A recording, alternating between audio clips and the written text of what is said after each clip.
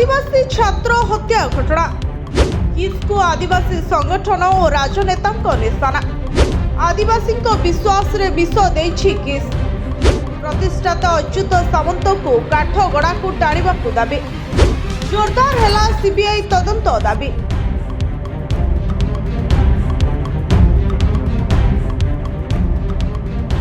आदिवासी छात्र हत्या घटना रे किस्र चालबाजी धरा पड़िबा परे निशाना कलेनी आदिवासी संगठन और राजनेता विश्वास रे विष देइथिबा ए संस्था और यार प्रतिष्ठाता अच्युत सामंत को काठगड़ा को टाणिबा सह सीबीआई तदंत हेले सबु केलेंकारी पदाकु आसियो बोली दाबी होइछे।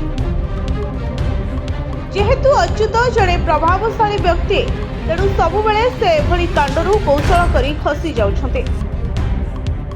ताको संस्थारे बहु प्रशासनिक और पुलिस अधिकारी पत्नी और संपर्कीय चाकरी करुथबारु सेमानकु अस्त्र भली व्यवहार करुछन्ते।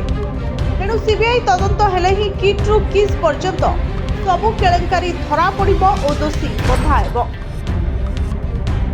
तेणे हत्यार शिकार छात्रंकर पोस्टमार्टम न करी हार्ट अटैक रिपोर्ट देइथिबा डाक्टर को भी घेरिछन्ते सामाजिक कर्मी। एते सबु अभियोग उपरे संस्था प्रतिष्ठाता अच्युत सामंतଙ୍କ ठारू किस किट कर्तृपक्ष काहारी प्रतिक्रिया मिली पारि नाही। ब्यूरो रिपोर्ट जनता टीवी।